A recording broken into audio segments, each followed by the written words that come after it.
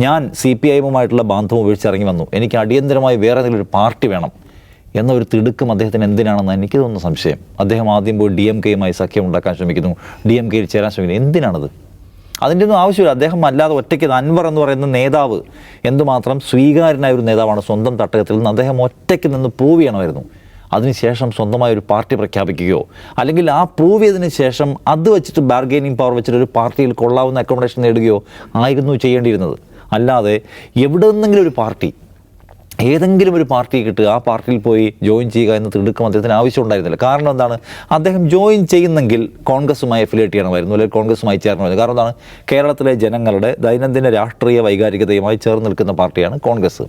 അതിനൊപ്പം ചേർന്നാൽ അതിൻ്റെ അഡ്വാൻറ്റേജ് ഉറപ്പായും കിട്ടും. എന്ന് മാത്രമല്ല, കോൺഗ്രസ്സിന് കേരളത്തിലെ എല്ലാ മണ്ഡലത്തിലും സ്വാധീനമുള്ള പാർട്ടിയാണ്.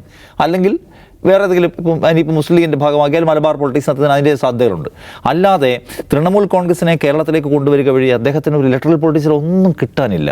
അത് മാത്രമല്ല, ആളുകൾ അപമതിക്കും. നേരത്തെ പറഞ്ഞില്ല, അതായത് പശ്ചിമ ബംഗാളിലെ ഒരു പാർട്ടിയാണ് TMC. അതൊരു നാഷണൽ പാർട്ടി പോലുമല്ല. പശ്ചിമ ബംഗാളിൻ്റെ ബംഗ്ലാദേശീയത പശ്ചിമ ബംഗാളിൻ്റെ ഒരു പ്രാദേശിക ദേശീയതയ്ക്കകത്ത് നിൽക്കുന്ന ഒരു പാർട്ടിയാണ്. ആ പാർട്ടി അതിന് പുറത്തേക്ക് വളരാൻ പറ്റിയിട്ടില്ല.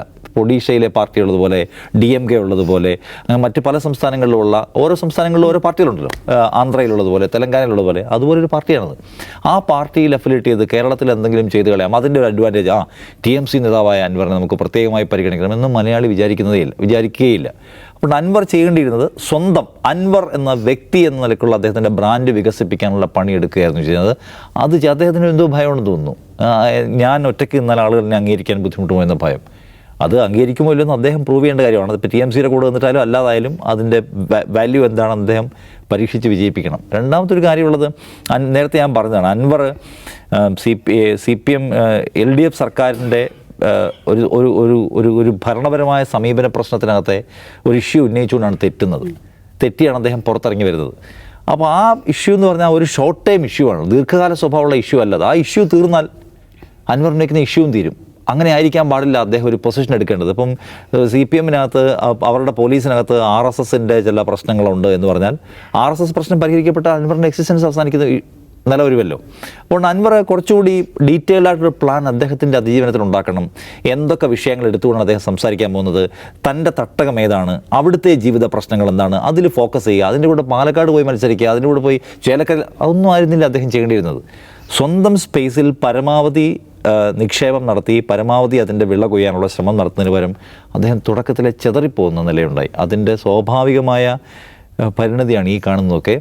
അപ്പോൾ ഇത് ഒട്ടും ബ്രേവായിട്ടുള്ള ഒട്ടും ക്ലെവറായിട്ടുള്ളൊരു മൂവാണെന്ന് പറയാനേ കഴിയുന്ന ഒരു കാര്യമല്ല. അദ്ദേഹം കിട്ടിയതോ പാർട്ടിയിൽ ചേർന്നു. എന്താ സംഭവിക്കുന്നത് കാത്തിരുന്ന് കാണണമെന്നായിരിക്കും. രാഷ്ട്രീയ ഭാവി ഇനിയിപ്പോൾ എങ്ങനെയായിരിക്കും?